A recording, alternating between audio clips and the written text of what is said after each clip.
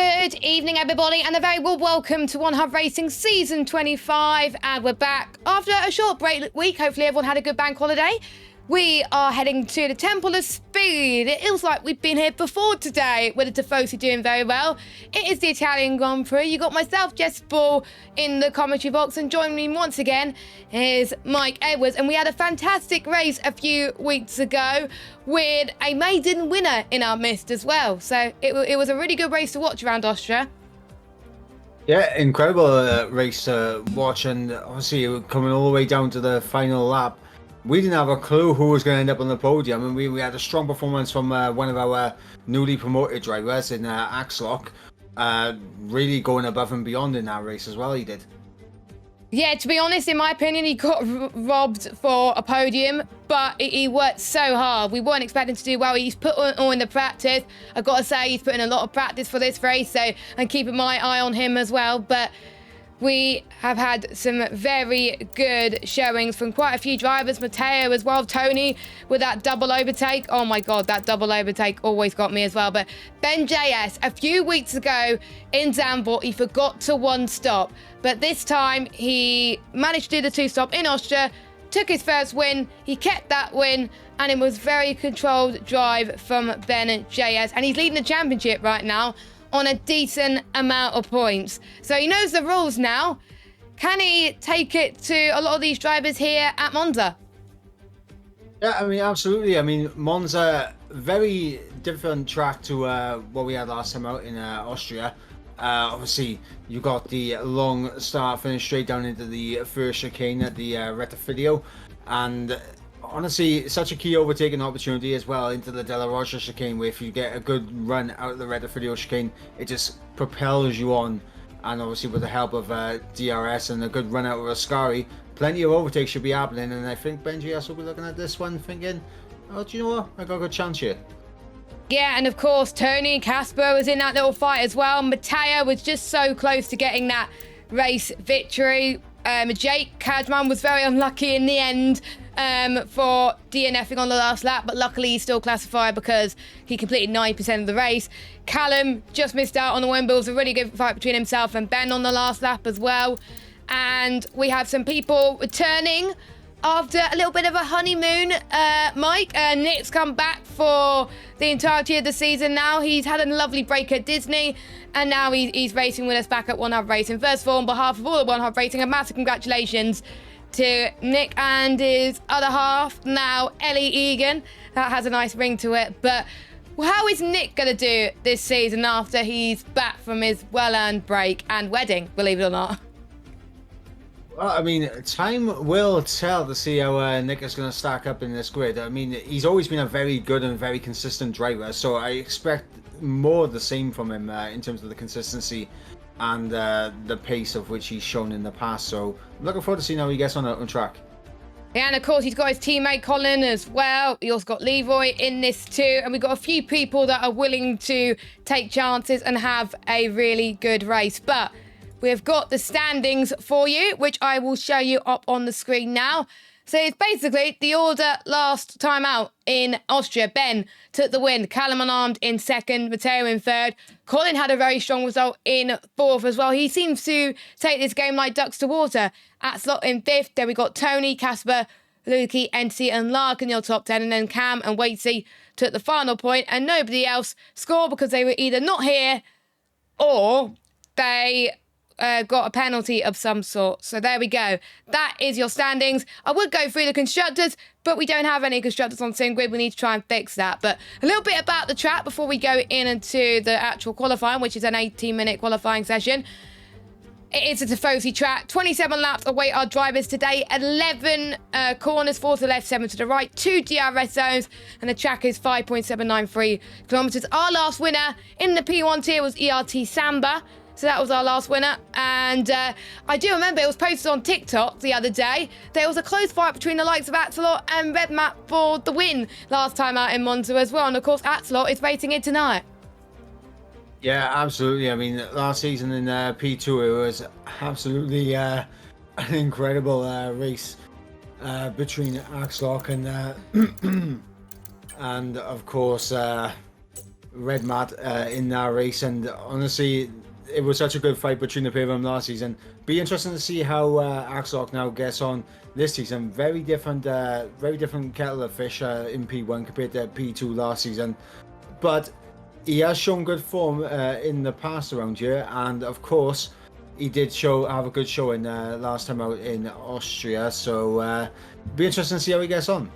It will be interesting to see how he gets on in terms of where he is as well, because I expect there to be a lot of DRS trains, as they were asked in the pre-race interviews. But now everyone is out on track. We've got 17 drivers here tonight, similar to what we saw in the P2 tier earlier on as well. I will need to check who is going to be the first out as well. I think it's one of the Aston Martins. Yes, it is. It is Waitsy. Yes, so just a quick reminder as well, there will be a complete lobby restart after this, even though there's no grid penalties. It's just getting used to it before people take their engine penalties for the season.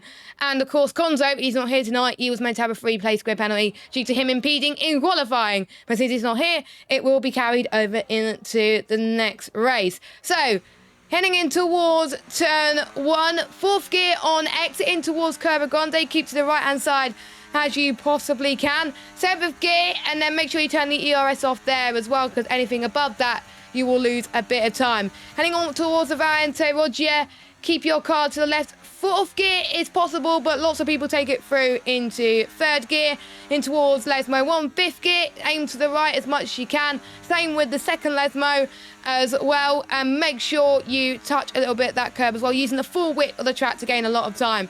Ascari chicane, I've seen quite a lot of people lose it around here, and we see a lot of people going for moves as well in the race. They will use quite a bit of ERS. 5th gear, and then there's going to be a right and then another left, and all towards the straight here as well.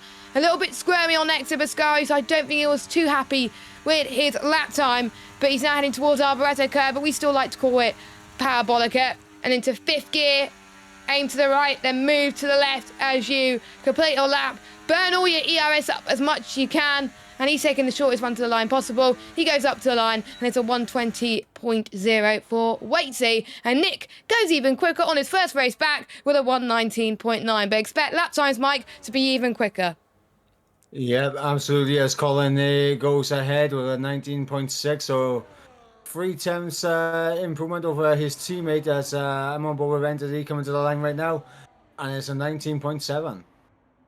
I think it was a 19.8 was Paul in P2, and we've already smashed that. And Jake, Cadman, just came across the line into P1. We'll go through the pre-race interviews in just a moment as well to find out a little bit more about how our drivers are feeling going into the race. Leroy's first race back. He does have a injury at the moment, so if he does retire from the race, that is probably why.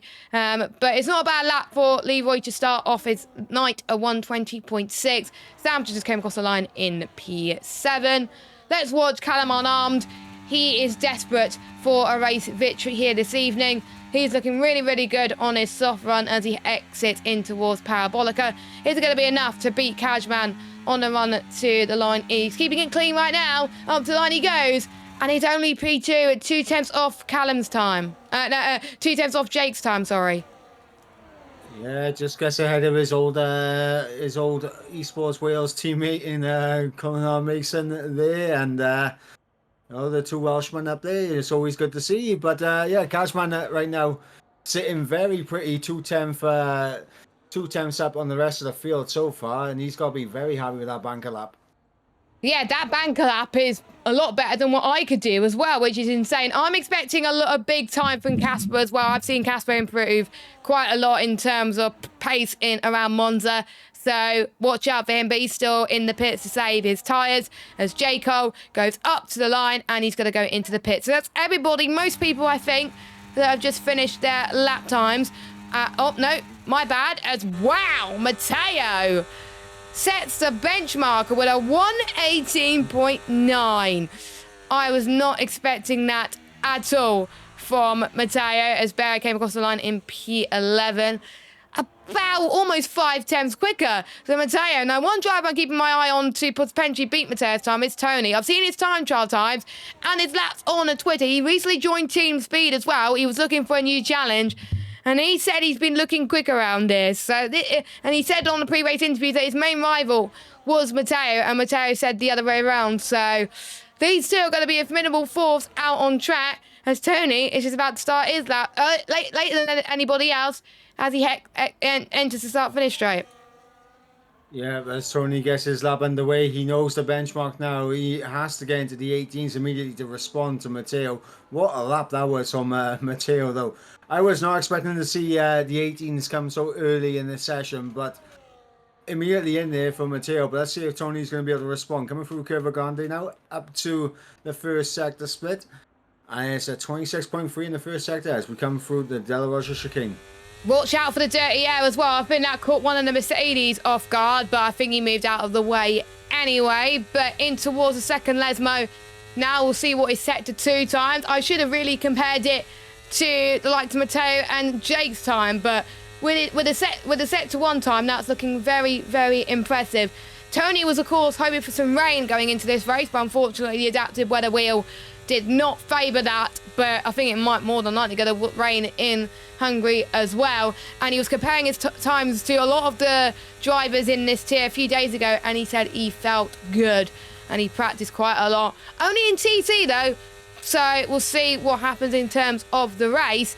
Tony goes up to the line. I think it could be in the 118s, Mike. Yes, it is, and it is pole position by just under 1/10 of a second. Wow. Incredible that time there from Tony, and it shows already the two of them picking each other as their biggest rivals for this particular race, and they are both over half a second clear the rest of the field. Half a second. That is absolutely insane. And you can tell who's put in the practice and who hasn't. Axelot's had a very good time in P6. Not too far off Colin there as well, as we've got a few more people just, I think, finishing their runs. We'll go through your order right now on the circuit as Tony's on pole with Matteo in second, Jake third, Callum in fourth, Colin fifth, Axelot sixth, Entity in seventh, Nick in eighth. Then we got Ben, last week's race winner, in ninth, and Papa Squanch in 10th. Papa Squanch really struggled last time out in Austria. He got promoted from the lower division to the higher division, and he got to admit he didn't like Austria last time out, but maybe Monza could be a track that's suited to him. It's a decent lap for him so far, decent banker lap, but in P1 we would expect the 119s to be a suitable lap for him to be in the top 10. So Papa's going slow to let people through, but Papa, I think he's like a rookie driver sometimes. You're put in a higher tier than expected, right? And you realise that you're slow, and your motivation just goes downhill. What is it he needs to do to get rid of those negative mindsets and concentrate on the race ahead? I mean, he's just got to realise that, yes, he's taking a step up, but he wouldn't be in this tier if he did not have the pace. So he needs to get out of his own head and realise that he does belong here. And, of course, against this grid, this is where Iron is going to sharpen Iron. So, I mean, for Papa Squanch, I mean, it's all going to be about a learning curve for him this season. In my opinion, there is no better way to learn your craft than being in the midfield of a very competitive tier. And you learn a lot more being in the midfield than you ever do being at the front just driving off on your own. You would never want to drive off on your own if you're at the front as well, because sometimes you could be a bit complacent, and sometimes that's where mistakes happen. And yes, I agree, because when I train for the Red Bull driver, the development program for Rock the Rig, there's some faster drivers there, and I learn a lot from the quicker drivers because they take much quicker lines as well, and I can think, they're taking a much better line for Ascari, for example. Could I try and do that to gain a bit of time? And 9 times out of 10, it works. And I think that's what Papa's doing right now as well. So he is through this back straight as well in 8th gear, not using ERS at all for that. I think he's going to wait until the Parabolica to do so as well as he exits the final corner. Looks like a much better lap time for Papa Squanch as the yellow flag in sector 2. It's a 1:19.7. That is brilliant from Papa. That shows that he deserves being in his tail. I did say a 1:19 was possible. He definitely did it. Yeah, good improvement there from Papa Squanch, and you'll definitely be looking to see where the improvements are going to come from. As I was just on board with Callum and I'm there. Small improvement for him going up into P6 just ahead of Ben JS. We saw improved times coming in from Matteo 1, and he responds immediately to Tony's lap, and it's an 18.8 for Matteo, 18.8 for Tony as well. This is going to get spicy between these two. This is going to get very spicy indeed, and I'm sure quite a few people are going to be very, very worried on what's going to happen here. But I know Jake has found a bit more time on his lap, and he was almost catching up to them as well. So on a good day, maybe they would have been up near the front. But I think Tony and Matteo, they like this track a little bit more. But it'll be interesting to see what happens when it comes to tracks like Hungary, where it's a really high downforce track, and you would need that higher wing. And there may be some people that prefer the high downforce tracks compared to the lower downforce tracks such as Monza, because yes, some people would be running no rearing if they want to, but some people don't. But you do not want to run too much higher wing around it, because you're going to get absolutely eaten up on the straights. I know Scorpion, also known as Axelot, he was running 9.0 in practice earlier on, and I was speaking to him and I was like, how on earth do you do it? And he said, I don't know, I'm just comfortable with it. And sometimes that's what they are. And there was a few people saying in the interviews that they had a few options to pick from in terms of setup. Some people did not have that much practice, but he found the setup that they like. Casper was saying that as well. And Cam was saying that they will eventually find a good setup. So there was a mixture of people saying, oh, I've got a good setup, it's nailed, I've done practice. And there's some people that are just seeing how it goes and just see what they can do out on track. Yeah, and obviously around a circuit like this, having a setup you're comfortable with, as you mentioned with Scorpion, is going to be incredibly crucial. I was on board with Tony for his flying lap. He didn't get the best of run through the first chicane, so he immediately backed out of it, and he's going again now. So let's see if he can get a better run this time out of the Retafilio chicane as he comes down, breaking down through turn 1, taking a bit of that inside curb, kissing the second part of the chicane, and he seems a little bit more confident this time around as he comes over to the first sector split. 26.3 for Colin there. That looked very, very good there. I was just trying to find my phone because I realised the tweet wasn't up for the Live Now tweet. But I will do that just towards the end of qualifying. In towards the second Lesmo. He's found a little bit more speed, is Colin. And I do believe he said to me earlier on that he could get into the 18s. And Colin, if you don't get into the 18s, mate, you can blame me. He's found 2 attempts in the middle sector. Ascari, could have been a bit better, but the second sector split was looking very good. 2 attempts up, looking very tidy for Colin. This could match his PB as he exits into the final sector. As he comes towards the final corner, a bit of a lock up there. He might have lost a bit of time flat spotting his tyres. He goes up to the line. Is it going to be enough to improve from his P5 position? The answer to that is P3, 19.1 at 6A. Very tidy lap from Colin right now on track. He won't have time to go again, so that just leaves the likes of everyone else to see if they could do better. Nick, I believe, won't go out again either as he tries to cut the corner to get back into the pits in time. Well, we got Matteo looking to improve on his lap time and make it even more difficult for Tony towards the end of this qualifying session. Tony, though, did come into the pits in the end, didn't want to see out the lap, so he's going to be looking to go out late and get the best of the conditions out on circuit. So I'm on board with Matteo now, very clean and smooth through the first chicane. The red video now coming through Curva Grande. Let's see if he's going to be improving in sector 1, or if he is going to back off and maybe go again. And he is about half a tenth up on his sector 1 split, which is huge for Matteo, especially in this very close battle he has right now with him and Tony for the pole position.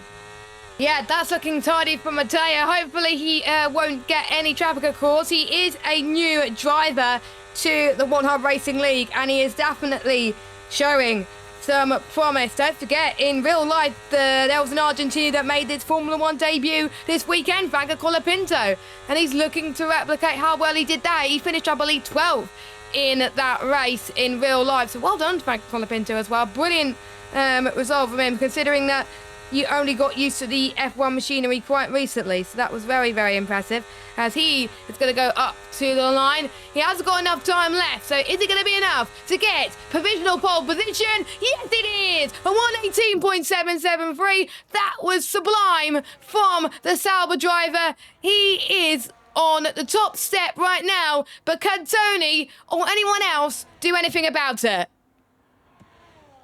I mean, as you mentioned, Colin's not going to be able to get back out there.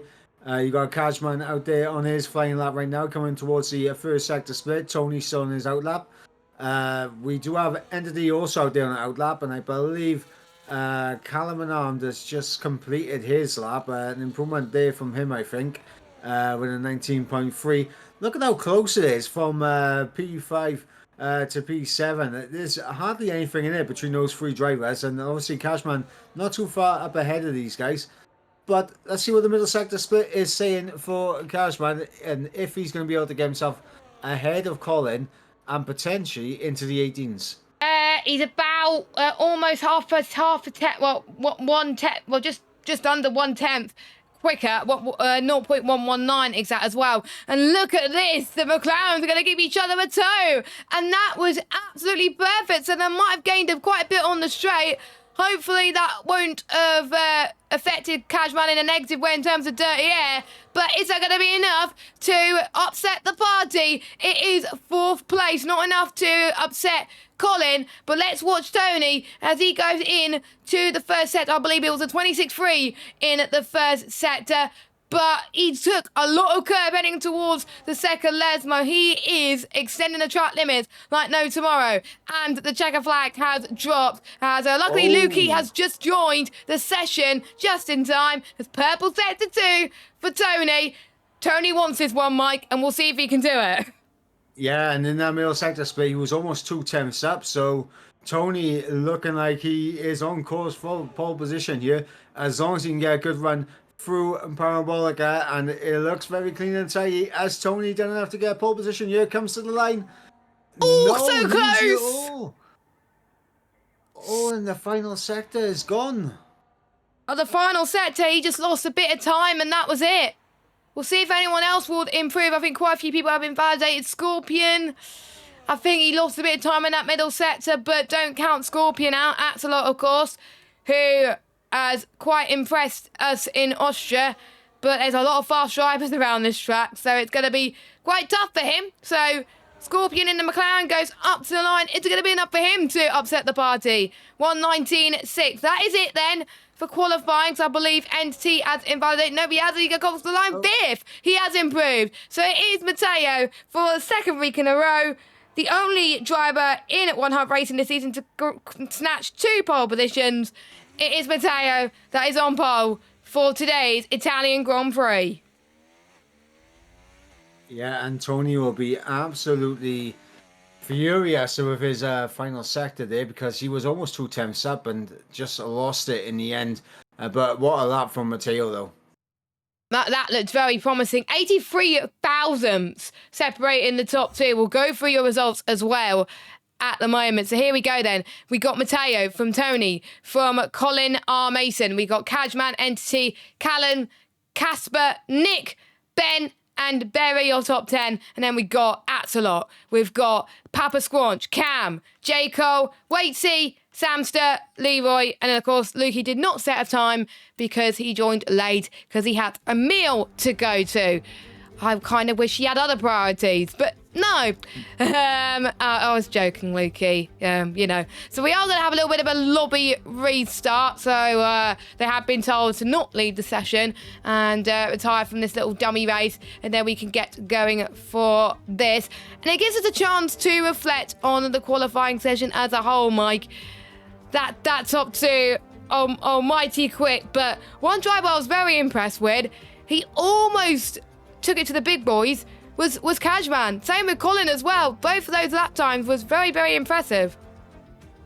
Yeah, both of them doing very well in terms of the qualifying lap that both of them were able to pull off in the end. It's going to be interesting to see how the qualifying will translate to the race, because of course around here DRS very, very important, especially coming down the start finish straight, and of course on the run down in towards Ascari.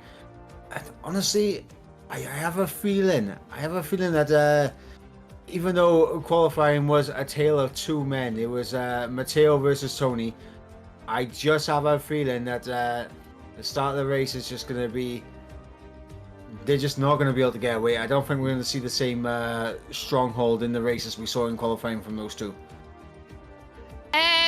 I think Colin is a little bit frustrated that I either jinxed him or I praised him about his good qualifying, but I jinxed him because I said he would get into the 118s and he didn't. So I'm so sorry, Colin. I really do apologise. But yeah, I'm a habit of jinxing people, Mike, as well. But yeah, but I will give a good chance to go through some of our pre-race interviews, and I'll go through a random one. The drivers' press conference, if I can find the driver's press conference on who was called. It was Nick that was called, the big boss himself. He was asked, "Welcome in, Chief, after missing round one. How dare you? This is going to be your first taste of action this season. How do you feel this season could go for you, and what targets have you set yourself going forward?" And he said, "I don't feel confident, but I'm sure I'll master something up. Managing my time is going to be tricky this season. Running and honeymoon is out the way, so that should help me practice a little more." So that was Nick's response to the press conference. And obviously Cowboy was called in P2, but we don't need to worry about that because P2 has just happened. So that was in the press conference. We of course already talked about Nick. He had a good qualifying session, Nick, as well. Again, he's probably said he will be a bit rusty, but that's what people get in league racing. I was rusty at the start of league racing because I was away for a few weeks. So I think Nick will probably feel the same thing. Yeah, I mean, obviously, I believe he qualified P8 in the end, which is a good showing from Nick, given the lack of time he would have had on this game thus far. But honestly, there's no better way to get into it than some competitive action, and I think Nick will be very much up for the challenge. As I mentioned early on, a very consistent driver, has always shown great pace. And he just has a knack of just keeping out of trouble, doesn't he? Doesn't Nick? And I wouldn't be surprised if he, walks away, even though he's not confident going into this race. He walks away feeling very happy with his result. Yeah, I think for most people, if it's your first race in a while, you probably just want to get used to the situation, get used to the surroundings as well going into this, and maybe in the next race in round number 2, round number 3, when we get to Hungary, then probably he would get used to it a little bit more. Let's see who else we can bring up with in terms of the pre-race interviews. Let's bring up Callum. So Callum is, oh no, wait, that was round 1. My bad. I don't want to read the round 1 answers. That would be quite bad if I did that. Let me just scroll down. I did find Callum. There we go. So he was asked about the DRS train and how people feeling going into that. He was predicting quite a few dive bombs. Now, what would be your approach, Mike, going into the race, knowing that there could be DRS trains? Because I think, in my opinion, I said it in my pre-race interviews, if you're not stuck in DRS, you're going to lose so much time out of the ones around you that do have DRS. Yeah, if you don't have DRS, similar to what it was like in Austria, where DRS is so important, it's also incredibly important around here as well. If you lose DRS, you're just going to be hemorrhaging time to the cars ahead and just being absolutely swamped from the cars behind. So making sure that you stay within DRS, very crucial. And in terms of like how I would approach it, especially with like the dive bomb situation, it's all going to be about timing. timing these overtakes to perfection, especially if you're in the middle of a DRS train. Make sure that when you do go for the overtake, that you're able to pull it off very cleanly and very efficiently, because you don't want to get caught in a battle and then lose out on DRS in the car ahead because you've been battling for position. Yeah, because Lukey was saying that it's difficult to break away from DRS trains, and he agrees that your race is probably over if you're falling out on a DRS train. Ben, interestingly enough, said he was more focused on qualifying and then pushing on from there.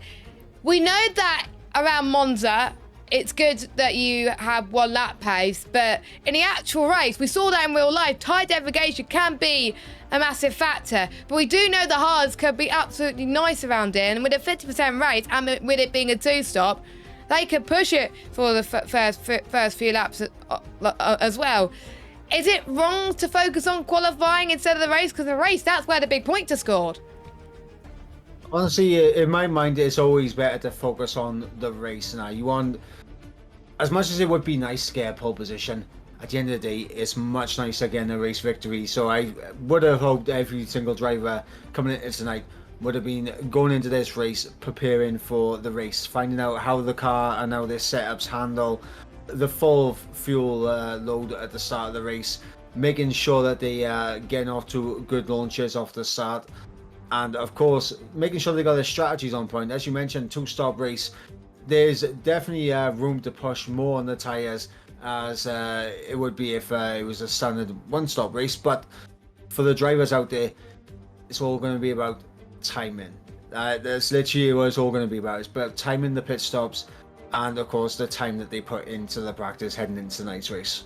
Timing, I think, about the toes as well that they get during the race. We saw that in one of the questions they were asked about how they discuss tactics. You can tell McLaren discussed tactics because they said hopefully talk about some quality toes tomorrow, which was today. So that at least they talked about that, whereas many teams have not discussed about what they're going to do in terms of the toes and getting some slipstream in the race as well. So you could tell which teams are working together today and which teams are not. And we are waiting for the lobby to get underway as our hosts are getting the grid set up for you. We may as well talk through our sponsors for this season whilst we wait for the session to get underway. First of all, our sponsor, Next Level Racing, providing prizes worth £2,000, including some of these you can see on your screen. Again, a massive shout out to Next Level Racing for that. We also got Pure Sim Gear. The driver with the most fastest laps and poles combined will win a pair of Pure Sim Gear gloves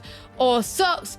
And also our partners, Vespertine, supporting our championship apparel. And if anyone wins the Go and Gets Tough award, they win a Race the Dream t-shirt.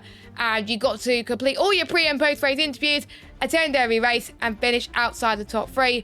And if you win One Hub Racing Driver Rankings, which can set up, you also get a One Hub Racing t-shirt.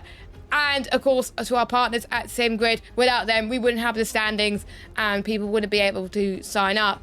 And of course, our final partner, Mental Health Foundation. It's good to talk. If you're feeling down, Mental Health Foundation is a brilliant charity that you can go to if you have any mental health problems, especially throughout the time that is going on at the moment. And just like that, that's good time. And the drivers are readying up. And of course, they'll have a 2-minute wait to load their setups. And if you are watching the stream, don't forget to load your setups, please, if you're racing. But yeah, it's time for predictions, Mike. Who do you think is going to get the win? I think I have my money on the top 2 personally, but what do you think? I'm not going to lie, I'm going to go a little adventurous for this one. I'm going to go Cashman for the win. Oh, Cashman. Yeah, I'm going to go adventurous. Cashman for the win. Tony second, Matteo third. I'm going to go with Tony first, Matteo second, Cashman third. That's my top 3. And if I don't usually predict because there's always a commentator's curse. So if anyone in that top 3 gets a rubbish result tonight, they can blame us, because I think that was the exact top 3 that we predicted as well. By the way, make sure you do like this video if you're watching post-event on YouTube. Hit the subscribe button if you're on YouTube as well. And if you're on Twitch, make sure you give us a follow as well. We stream every Sunday night at 5 p.m. and at 7 p.m. And with the adaptive weather system, it's going to be light cloud, overcast, light cloud, I believe. I think it's that way around. Not going to make that much difference, but might make a difference in terms of track temperature. And one question I would like to ask you, Mike, as well. How many safety cars do you think we will get? I mean, Ascari is such an unforgiving corner if you get it wrong, where it can just chew you up and spit you back out. And I feel like we are going to have a casualty there that I think will trigger a safety car. But yeah, I'm gonna say P1, standards are high. I'm gonna say just the one safety car. Just the one safety car. And where do you think it will be? I'm gonna say there's gonna be two. One, I think, towards lap 7 and 8, and then one right towards the end. I think around lap 13. That's right, I'm going to go for lap 13. I think that's what you would expect as well, and that would be the perfect time for people to make their second stop as well if they're going on to the hards to end the race. If they're doing two mediums at the start and then go on to the hards, that would be a perfect time for those people to complete their 2 stops already. So that's a good prediction. That is a good prediction. I'm going to get the Twitch chat up on my phone and see what you all have predicted in the chat. Also, make sure you follow us on Twitter, X, and Instagram. I'm at JessGames95 and he is at Iberbrim. Mike, you can also follow at One Hub Racing on Twitter and Instagram and TikTok at One Hub Racing. Spiel, you know the spiel as well. Bing, bang, boom. Good to see quite a few people watching the stream as well. I'm excited for this. I could see it in the garage, Mike, that we got quite a few mediums lying around. What would you go for if you were doing a 2-stop race? I know we're getting away soon, but what would you do if you were doing a 2-stop race here? Well, I definitely start on the mediums, just to keep the options open, and obviously see how the first thing goes on the mediums, and maybe have a little bit of flexibility in terms of the strategy. With regards to that, it's going to be interesting to see just how many drivers are going to actually opt for the hards, try to get the slower but the more durable tire out the way first, and then be on the quicker tires towards the end. But I have a feeling that the strategy we'll be seeing from a lot of these guys is maybe a medium, hard, medium. That's what I went for going into this race earlier on as well in the P2 tier, which was won by Lawrence. So if you're watching, Lawrence, massive congratulations on your win. Got very unlucky with the restart, and he avoided the carnage, and he went on the right tyre at the end of the race as well.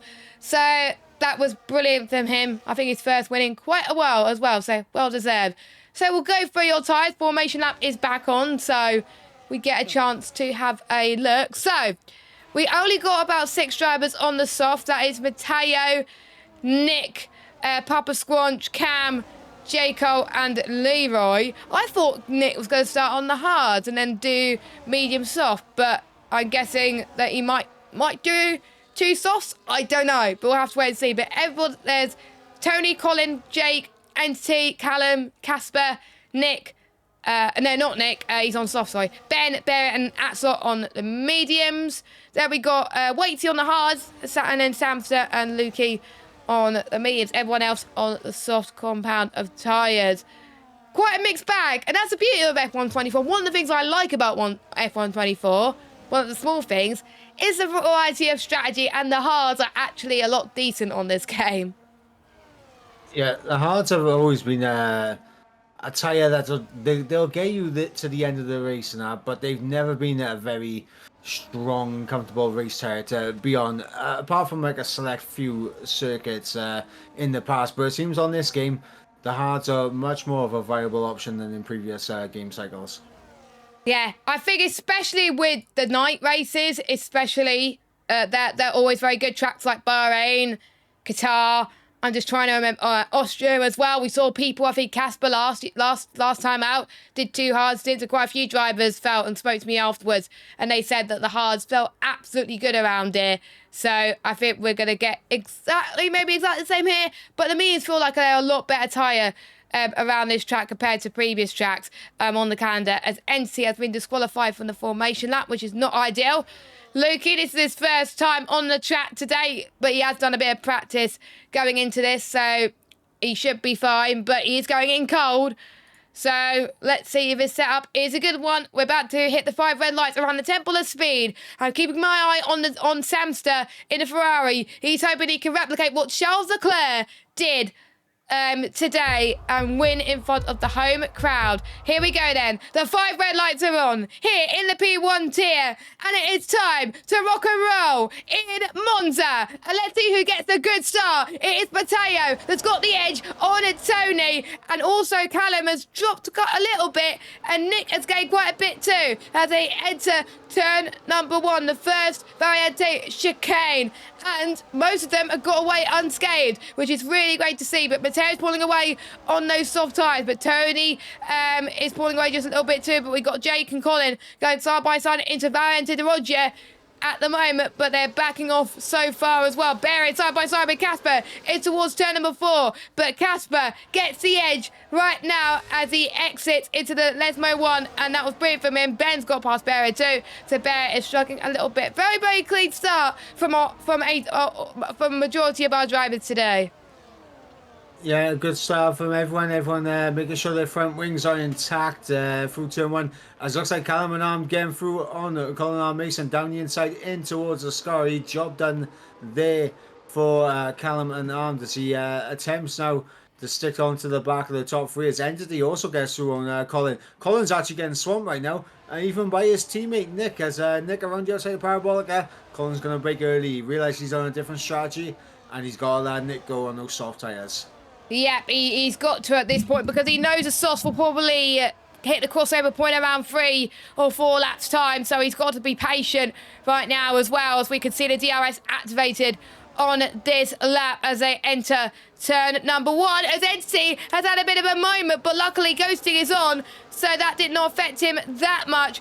But that's probably affected the dirty air of Ben JS behind. But I think it looks like Casper was struggling a little bit. I wonder if Casper's got a bit of damage as he's slowing right down, or has he got a puncture? Because he's not going very well. He's dropped to the back of the grid, Mike.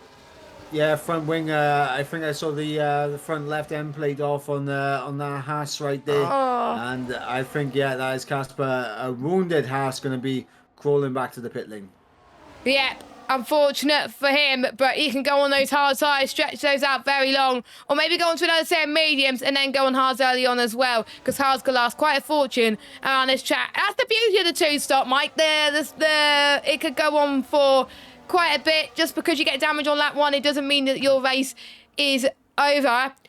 As Mateo is still leading with Tony in at second, but Tony's right on the back, so one of them is pushing too much on those soft tyres, but the toe is so powerful around the Temple of Speed. It is called the Temple of Speed for a reason. Tony goes side by side in towards the start, finish straight, and he's in the lead for now. Jake decides to back off a little bit. Colin gets past his teammate, but you can see Barrett on the back of this as well, trying to take advantage. Side by side, this could be a double overtake, but we're seeing a bit of a carbon fibre in the background as Barrett almost had an off there.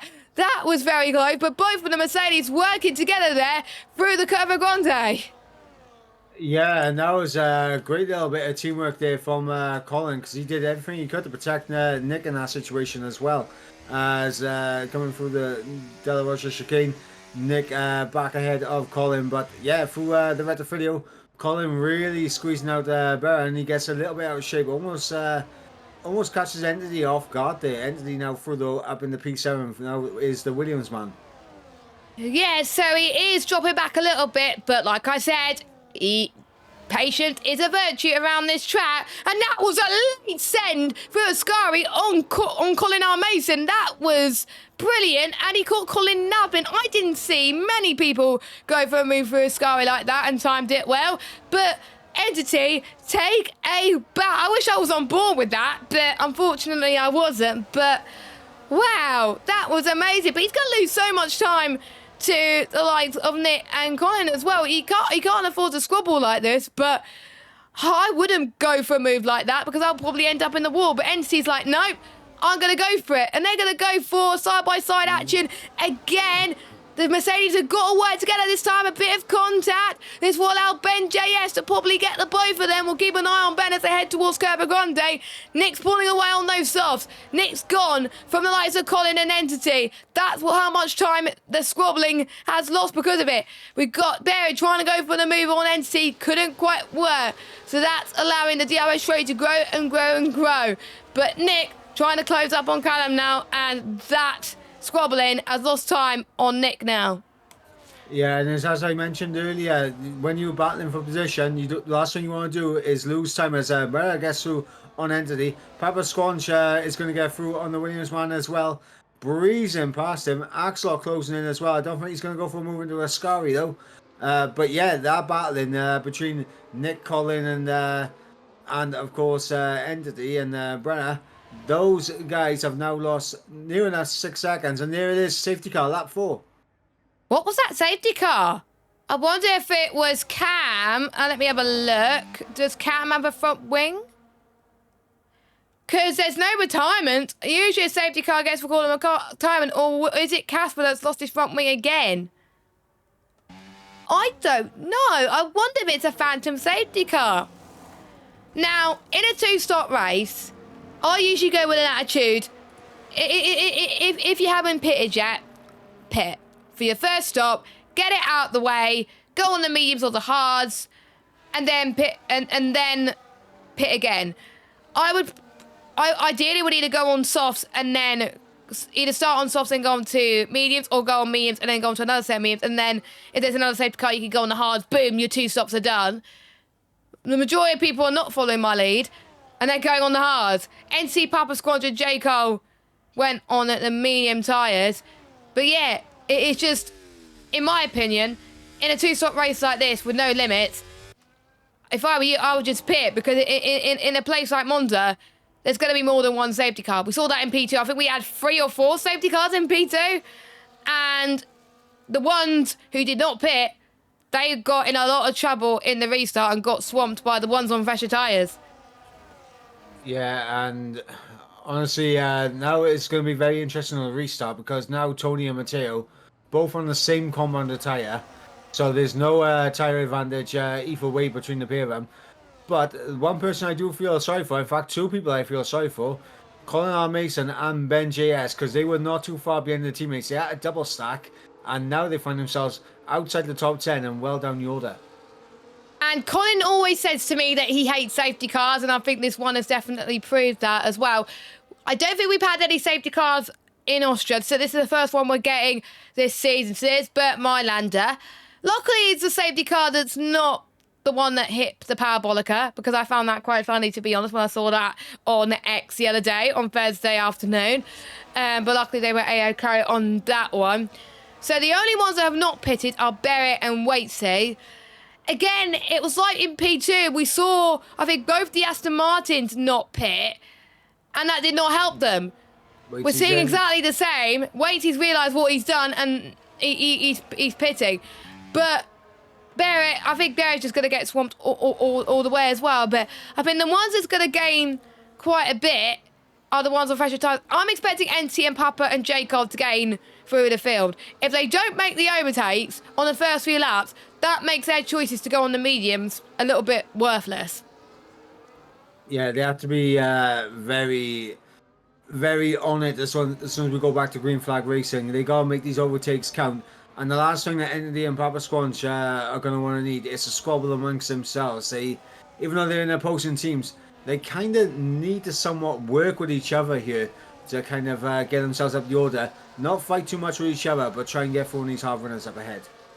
Yeah, and the safety car, I think, will be in very soon as we're waiting for Caspers to catch up. I believe, if I'm not too mistaken, if I check the stops, Casper's done his 2 stops. Now, is he going to do what we saw Charles Leclerc do and get those hard, a ridiculous amount of laps to the end of the race? That would be brave from Casper, but knowing him, he is so good on his tyres. He does underfuel as well, but he definitely finds a way to get those hard compounded tyres until the end of the race.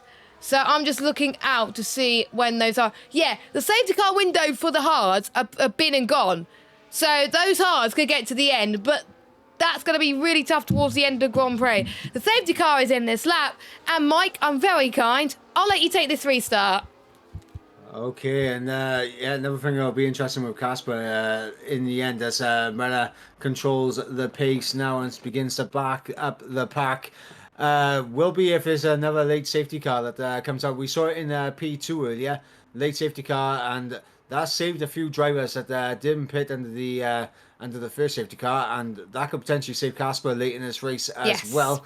But Brenna is waiting for the moment to go. Tony is like a caged lion right now, looking to pounce on Brenna as we go to green flag racing in just a moment's time. As he is going to leave it late, is Brenna, and there we go. He has got us underway here as we begin lap number 7 of 27. Brenna gets a fantastic jump on Tony, almost catches him napping on the exit of Parabolica there, and down in towards turn number 1. Looks like Axlock and Papa Squan's going to be side by side into the first chicane. Oh, Axlock into the back of Entity. Not what he wants, but Papa Squan's goes through clean around the outside, through the Retafilio, and up in the P7 goes Papa Squanch. And I think that safety car restart has definitely helped Papa Squanch. He needed that safety car, and he's already up into P7, his best result so far, and he's right on the gearbox of Nick so far. Barry doing a sensational job, despite the fact that he has not stopped, and he is really defending from all other cars around him as well. It's brilliant, but Tony's very keen to get the move. You do not want to be too close because the dirty air is a nightmare around this track. Here comes Tony then with the freshest tyres on offer, and unsurprisingly he takes the lead, but Matteo has got to follow suit. He cannot afford to lose time on Tony as he enters the Ascari chicane. Barrett almost lost it in Ascari. That would have been an opportunistic move for Matteo, and there we go, he's got the move done. We got our first 3 seconds time penalty of Samster in the background, and he's not had the best of restarts either. He's dropped to the back, so folks, he will not be happy with that one. Casper has gone up a few places to 16th place, despite that 10-second time penalty that he has got DRS enabled once again. Here we go then, a fight between Tony and Mateo, but we've got the likes of Jaco and Atslot fighting. But let's jump to ship between Bere and Cashman. Cashman to the inside. There's a bit of contact in the background. I saw a bit of carbon fibre, but I'm not quite sure who that is. There's a bit of damage it looks like, but Callum is looking to pounce on Bere. And just like we saw in P2, if you stayed out, you're going to get swamped, and that's what we're seeing.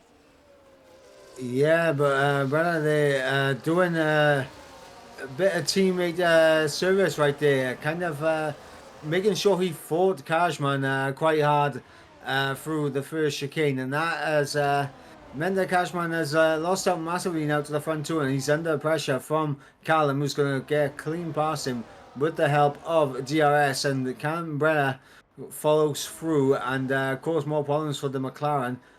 Not into Ascari, he's not, and I think that was his only opportunity.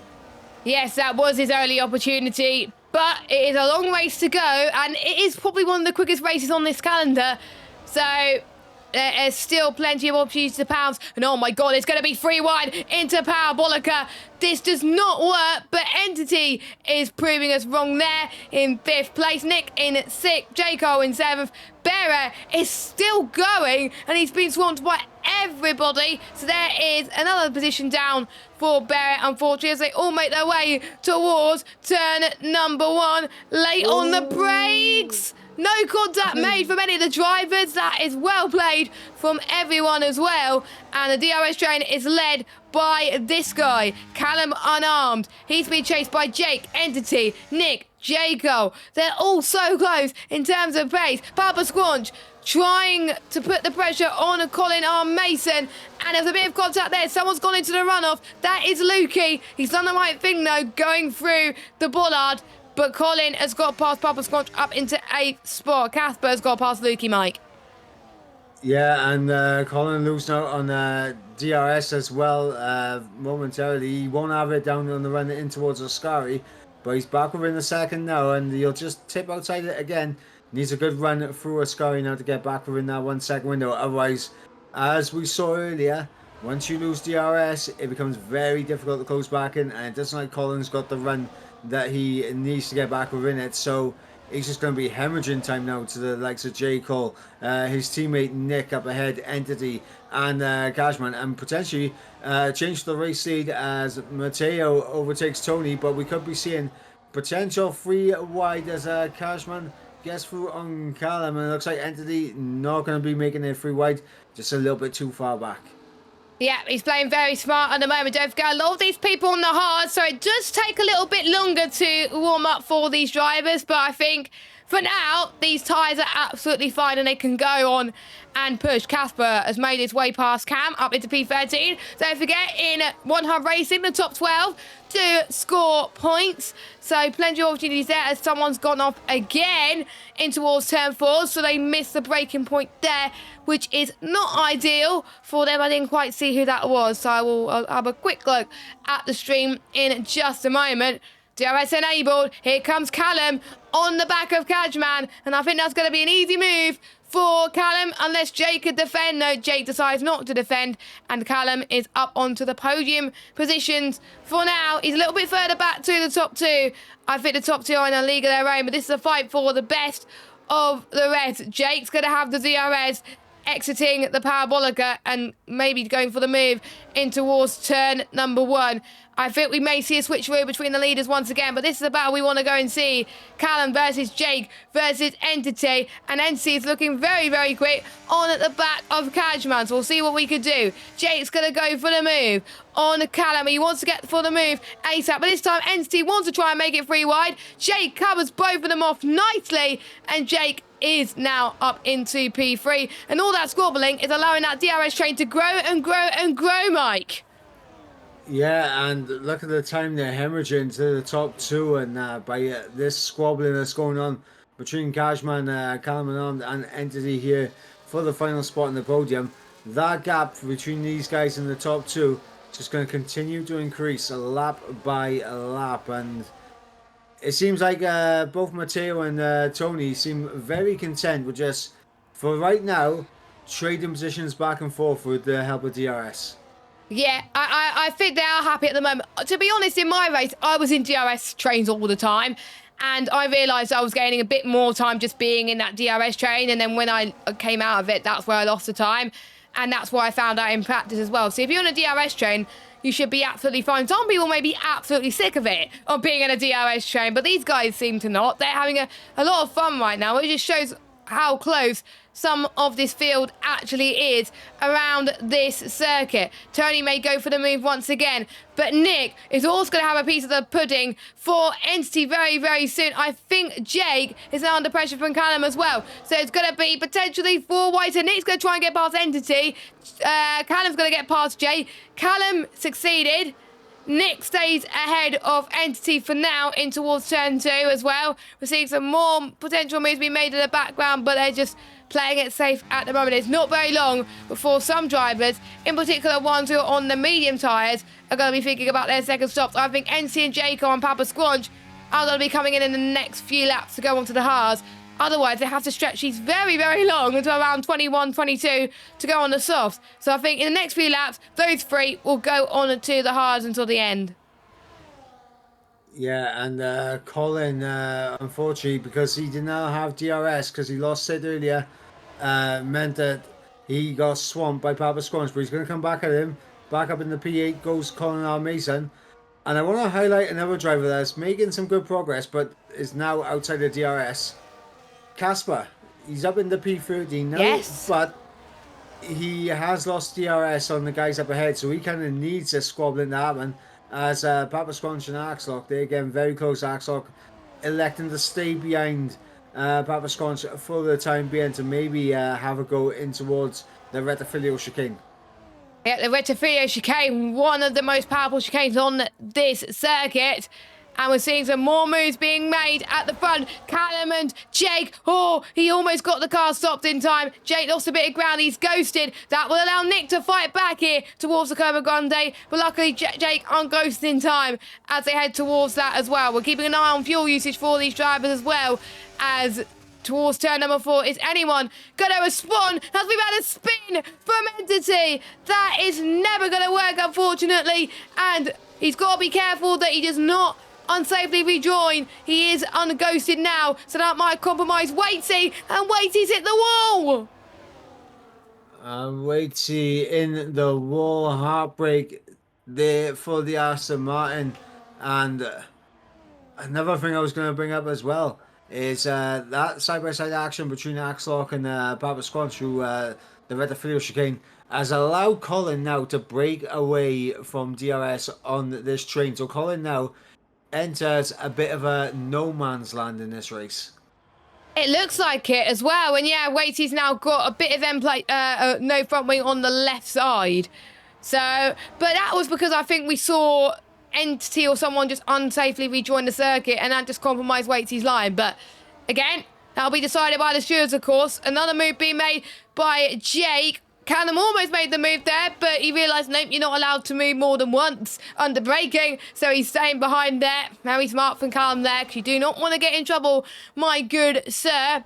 And people will be asking, hey, when will the hard runners pit? They'll probably pit around about, at the latest, 17 or lap 18 for a set of the medium compound of tyres. Papa Squanch does come in on a lap I was expecting. He goes in to go on to the hards. Waitsy is going to have to go on to his hard tyres from earlier on, or maybe go on to the mediums until the end, and hoping for a late safety car as well to bring him back into this. Callum has got DRS on Jake in towards the Ascari. The Ascari is always an interesting move to make if you can do it, but usually a lot of people just back out of it due to how difficult it is to overtake around this circuit. Well, we did see NC go for the move earlier, as Nick going side by side with Callum just before the Parabolica. Nick knows he's going to get DRS on Jake anyway, but Nick does not get the move done, unfortunately. Nick's going to choose to use a bit of battery heading towards the back straight. Tony gets past Matteo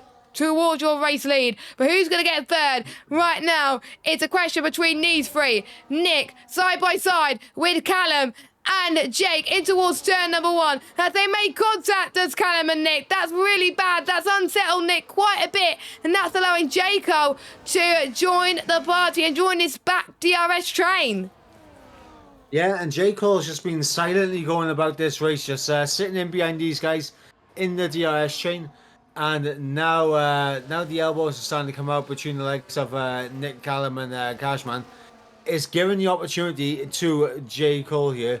But if these guys continue to fight, then eventually that might allow Conor Mason to close up, which is what he's really hoping for. He's hoping for these guys to fight so he can close up. It's down to 1.8, the gap between J. Cole and Colin. So he has closed in a decent amount. And if they continue to squabble the way they have been, Colin won't be too far off the back of DRS soon. No, I think Colin's playing it very, very smart as well. Just eking it a bit more time. If these guys keep squabbling, maybe I can close in. Or maybe that's what Nick is doing, trying to squabble with these lot to allow Colin to close in as well. And we know how Nick and Colin work very well as a team. So this is potentially what could happen here as well. So this... I'm sorry that I'm not giving too much coverage to everybody else, because this fight is interesting. So here comes Matteo past Tony for the race lead. Cashman is being fought by Callum. Callum is now on the podium again. Oh, Nick just made a bit of contact on Jake. Or it might be the other way around. It was very, very hard to tell at the moment. No one seems to be making a move towards turn 3, though. So, again, they're all playing it quite smart here. Because they don't want to get involved in any accidents, and we know that the hards will start to wear off a little bit in heading in towards the crossover period as well. We know that the mediums are going to die. I don't know how Jaco is saying on that DRS train, but he's on the medium tyres. That is insane stuff from Jaco as well. It is some good pace, but we're approaching half race distance as well, and it's not going to be very long before the hard runners might start to come in to do their final stop. Yeah, and another thing I'm going to point out as well, look at that gap between J. Cole and Colin now. As those medium tyres fall away, Colin's getting closer and closer to J. Cole. And while J. Cole is still in this DRS train, he can extend his mediums a little bit longer. But this is just allowing Colin to come back into this race, which he's 100% open for. As Tony's into the pits, he's going for the undercut. And let's see how powerful the undercut is here around Monza. Of course, we didn't see it in the first pit stop phases. Someone's had a moment in the pits. I think Jake had a moment in the pits. I just caught that. Oh my God, that could have ended worse. I wonder if he's lost his front wing. He's lost his front wing in the pit lane, Mike. Oh no. Heartbreak there for Cashman. Front wing change on his car, but a lot of time lost there through getting a front wing change, and that will be music to Callum's ears because now he hasn't got to worry about Cashman. And potentially, obviously, we didn't see it in the first round of pit stops due to it being under safety car conditions. But now we're going to see just how good the undercut effect is around this circuit. Yeah, and we're seeing it right now. The gap between Tony and Callum has increased just a little bit more. I think it was about 7 seconds, but now it's about 8 seconds. So he had that 1 second undercut. Imagine what the undercut is going to be with the likes of Matteo as well. So when is Matteo going to think about pitting? Will Matteo... He's got to respond immediately. He's got to... He's got to, because if he doesn't, he's going to lose time. But you may think, oh, there's going to be another safety car. You can't bank on it. So Matteo's got to pit now, which he does.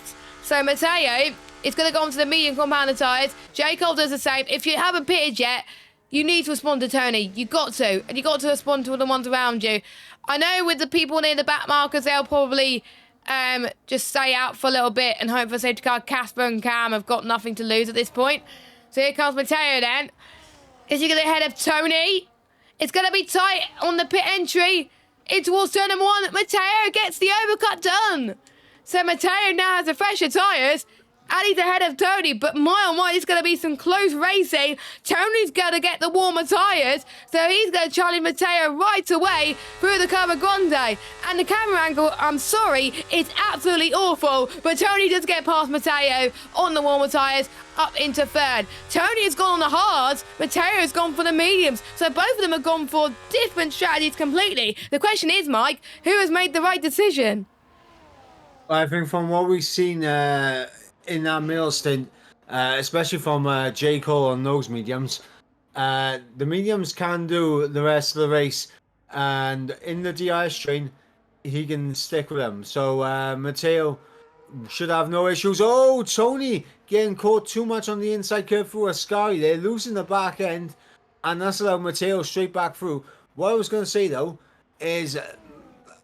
we did see as well, though, in like the final lap or two before the pit stop phase, just how much Colin was closing in on J. Cole. So for right now, Matteo, if he's got the pace to break away, he needs to do it right now, because late into this race, his tyres are going to fall off and it's all going to be up to Tony.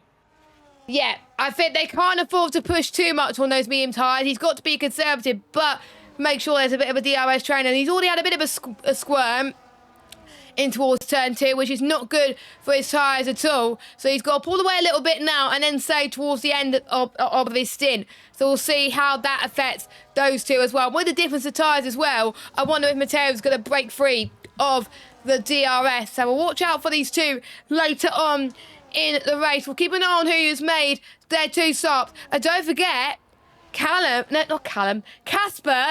and Cam have already done their 2 stops. They're on 14 laps. Realistically, it's going to be tough to get to the end of the race, but according to my data I have in my commentary notes, they can get to the end of the race. They just got to conserve their tyres. Could we see what we saw with Charles Leclerc? Take those hards a ridiculous amount of time and get to the end of the race and win. But we know how Matteo and Fast Matteo and Tony are. I doubt that's going to happen. Casper maybe, but Matteo on fresher mediums compared to Casper and Cam's older hards. I think Matteo or Tony has got this one in the bag, as Matteo sets the fastest lap of the race. Yeah, Matteo's going to get through up in the P2 now, and he can begin his hunt after Casper. What is going to be interesting is once Matteo catches up to Casper, what Casper's going to do from the teammate aspect, because obviously he's in the Haas, he can try and help Tony out, because that gap between Tony and Callum is a sizable enough a gap that Casper, as long as he can stay on the back of these two for a little bit, should be looking good to try and snag a podium here. Yeah, indeed. And they've got to be saving for their life. And they're going to hope that the ones around them, like Callum and Nick and Colin, they're going to hope that those lot squabble so those two can stay in second and in in third, for example. Callum has got to work with Casper as soon as they close in. They've got to. They've got to trade DRS in order for them to do so, because otherwise they're going to be in a spot of bother. Or, what Cam's hoping for, he may pit towards the end of the race, he may hope for a late safety car, go onto the softs, go the fastest lap, and get that extra point anyway. It's up to him what he does, but we'll see how this race plays out for Cam as well. But Casper's doing a great job out in front as well. But the ones who have not done their stops, well, everyone has done their 2 stops now, so everyone is going to go guns a-blazing until the end. Barrett's just pitted for the soft compounder tyres. Waity is still on 11-lap old hard tyres, so that's going to be tough for him to get to the end, but you never know. 3.5 seconds, Casper and Matteo. Matteo is pushing, but he can't afford to push too much, but he's got to win this one. He just missed out on the win last week. We could get another winner here, as we got Axelot and Lukey side by side in towards turn number 1 with Jake. We can see those two working together here very, very nicely indeed. Yeah, very nicely there between Jake and Axelot here. They are running P9, P10, both inside the top 10. Looking good for the pay run, but I think for Cashman here, I believe that front wing change has really hindered him in this race, and just the one mistake cost him massively, as Ben JS takes a 3-second time. He's having a bit of a torrid time at the moment down in P14, and honestly, Hero to zero. Hero to zero. Yeah, I am shocked as well, because in the pre-season race in Zandvoort, he was in the top 5, and he won technically without doing the 2-stop. Austria, he won comfortably. He was fighting Callum as well. This race, he's just nowhere. But maybe he prefers medium downforce tracks. This may be a suit him, or high downforce track. So I'm going to keep an eye on Ben when we head to Hungary, because it is a high downforce track. So I think Ben could potentially do very well around here, as we're seeing Nick side by side with Callum. Nick's having a very good race, by the way, despite the fact he hasn't raced in so long on F124. Nick's passed Callum up into 5th. By the way, if Casper and Cam still if they still probably potentially will pit, I doubt it. Nick could potentially be in a net P3 here, and this could be a fight for the podium between these two. As yellow flag spoke too soon. Barrett, safety car. Safety car. This is good for Casper. Casper is probably thanking his lucky stars that the safety car has come out.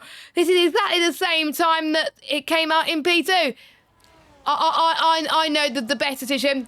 Everyone go on softs. Go on softs to the end. They can easily do 7 laps. Just pit for softs. If you're not going on softs, you're going to lose time. So Casper, I think, is going to go on softs now. Everyone should go on softs now. Regardless if you just pitted, go on softs. This is going to be a crazy end to this Grand Prix as everyone dives into the pits. Yeah, not only that. Not Tony. Huge... Tony stays out. Oh. I was going to say, not only is it huge for Casper, but also huge for Cam K-Mum as well, who has actually stayed out there on track. So, interesting call from Cam K. I don't think Tony. That's going to work, Cam. I would pit if I were you, but it's probably too late now. Anyway, carry on, Mike. I was going to say, with Cam now staying out, those tyres are going to be absolutely shot on this restart, and that could really throw the cat amongst the pigeons, as Cashman also did not come into the pit, so he's in P3, and you got Casper in P4. Matteo's got 3 cars to overtake before he even thinks about attacking Tony in this race. Shame about Casper's 10. Oh, did Casper get another 10-second penalty for speeding in the pit lane? I don't know. He must have got a 10-second penalty. Without that 10-second, Casper would have gone for the win. I think, no offence, I think Matteo's got this one in the bag, because Tony's going to be on hards. They're going to be shot. Cam's going to be on really shot tyres. Jake is going to be hard to keep the soft runners behind him. But if he does, then fair play. I think Matteo's got this one. I really do. But for other positions, I just don't know at this point. Get your predictions in the chat. we know how crazy the P2 restart was. I think this one's going to get even crazier as Tony's getting some heat into those tyres. Sorry, it's been a very, very long day today. So the only ones that have stayed out are Waitsy, Cam, Tony and Jake. I think Waitsy will probably want to come in now. I think I know what Waitsy's doing. He wants to be on the freshest tyres a lot and be at the back of the grid. And fair play if he does that. Yeah, I mean, every lap does matter with the soft tyres, especially towards the end of the race when fuel is at its lightest and you've got more grip available too because the track is more rubbered in.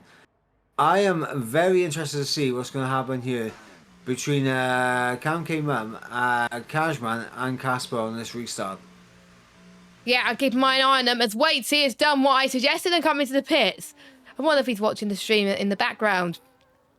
Maybe, potentially. So, your order at the moment then.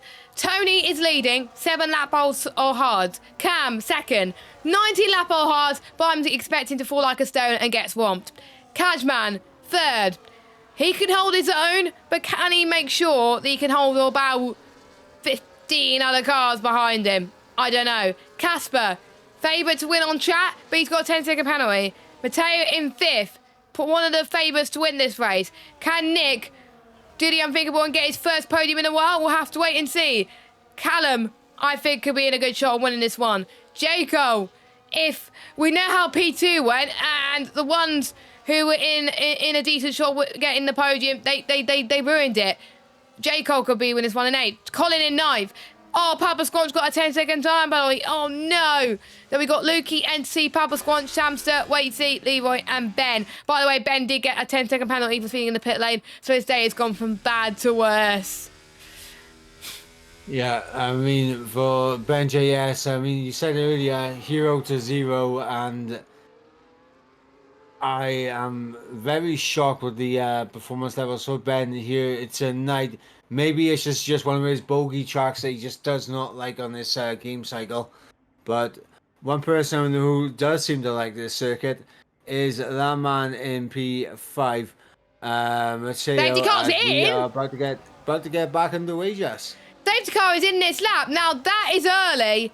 Now Tony knows how to do restarts, but he did not think he was going to get a set restart to do this soon. Now, the crucial thing about this restart, you can't afford to go too early because you're going to get the tow. But Tony has left the door really, really open and caught everyone off guard. Casper past Matteo up into 4th place.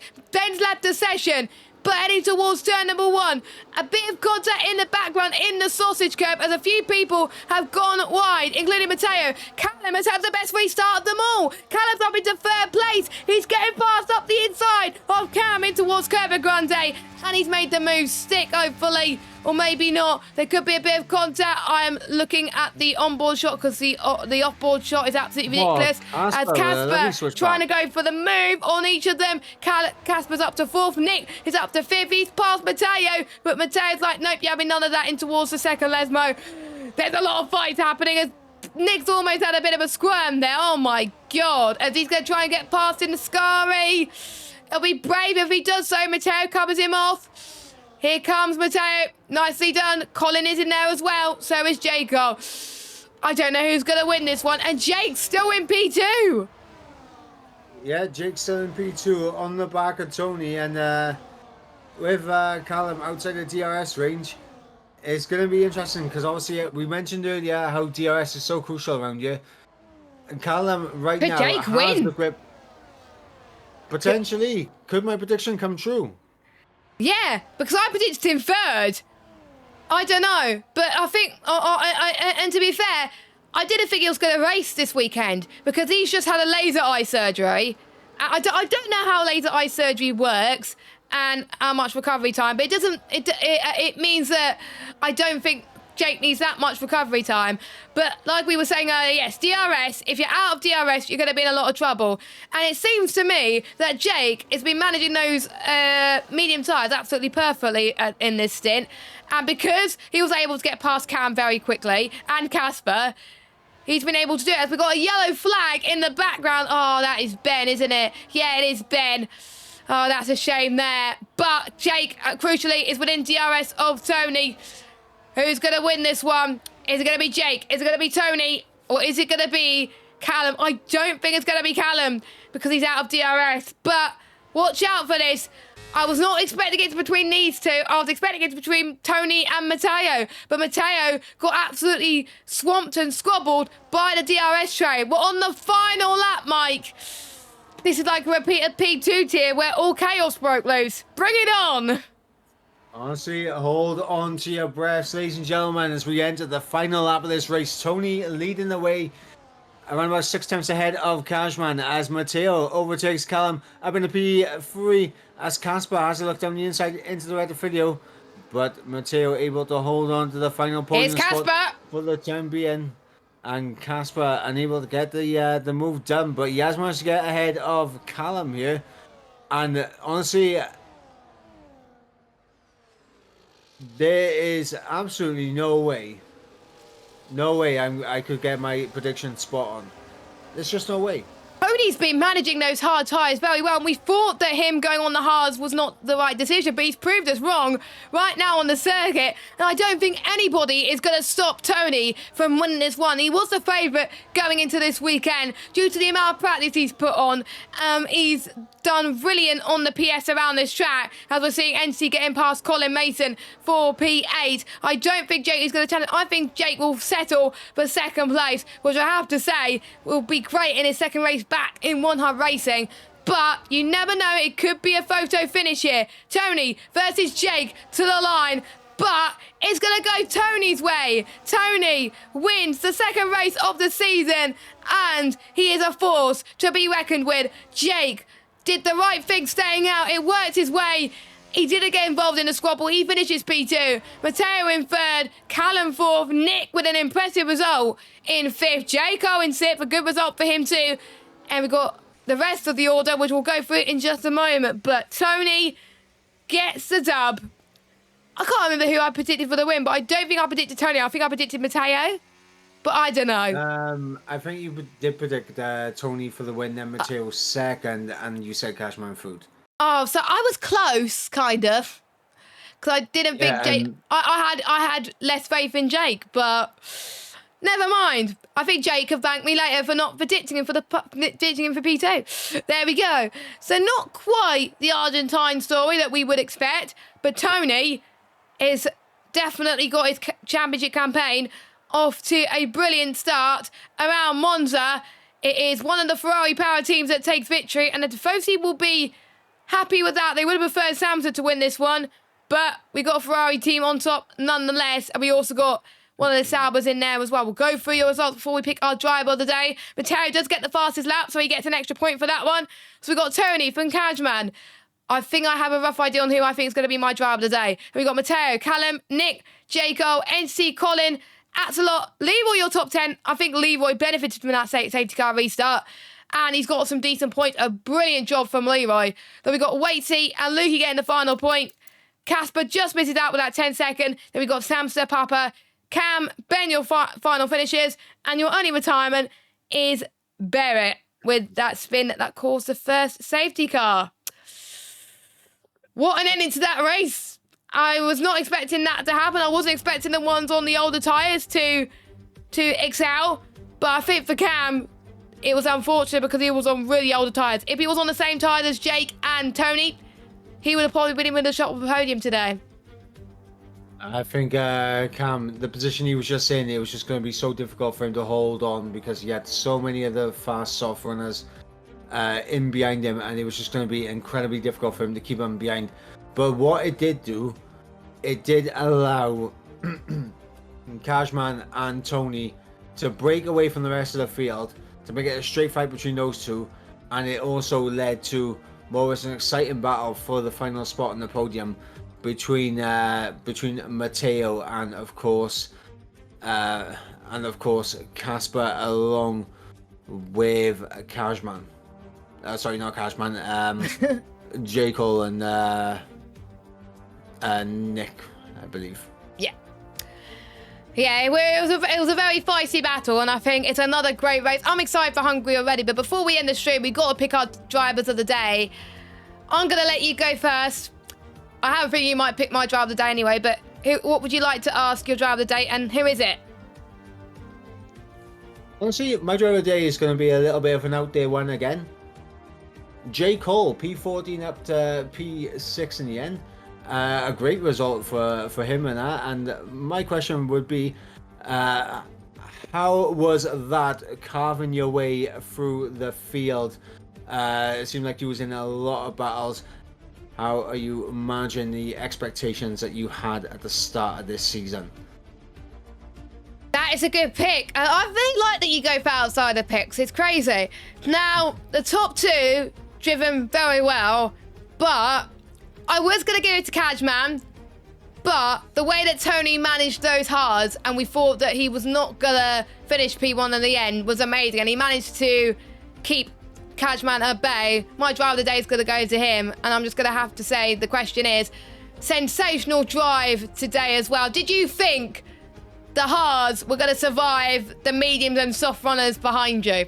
So that is my question for Tony, and the drivers will be able to vote on the poll tomorrow on who they think is going to be driver of the day. So that wraps up P1 tier this evening. Do you want to thank our sponsors, Mike? Because I don't think you've gone through them in quite a while. So without our sponsors, we wouldn't be here, will we? Of course not. And a massive thank you to our sponsors at Next Level Racing, providing a lot of goodies for our drivers with over £2,000, and of course to Pure Sim Gear as well as hang on, Vespertine. Hang on, let me get the Vespertine as the one, and of course last but not least, SimGrid. I gotta quickly refresh my memory. SimGrid, and of course Mental Health Foundation, where it is always important to talk. If you are going through struggles, make sure you are talking to someone, because it definitely is something that you definitely need to do. Yeah, definitely. So thank you to all our sponsors. Thank you so much for watching. We've got Hungary next week, the home of the Iron Curtain. I'm really excited for that one. That's going to bring some crazy battles as well. I think it's going to suit the ones who prefer higher downforce circuit, but you never know, it could surprise everybody. Make sure you like, subscribe on YouTube, follow us on Twitch, follow us on X and Instagram and TikTok as well. Subscribe and follow us on every other social that we have, basically. So, from myself and Mike, thank you so much for watching, and we will see you in the same time next week for the P1 tier at 7 PM. Of course, you have the P2 tier on just before us at 5 PM, and you can watch their race around Hungary. Thank you for listening. We will see you next week. Take care. Bye-bye. Bye.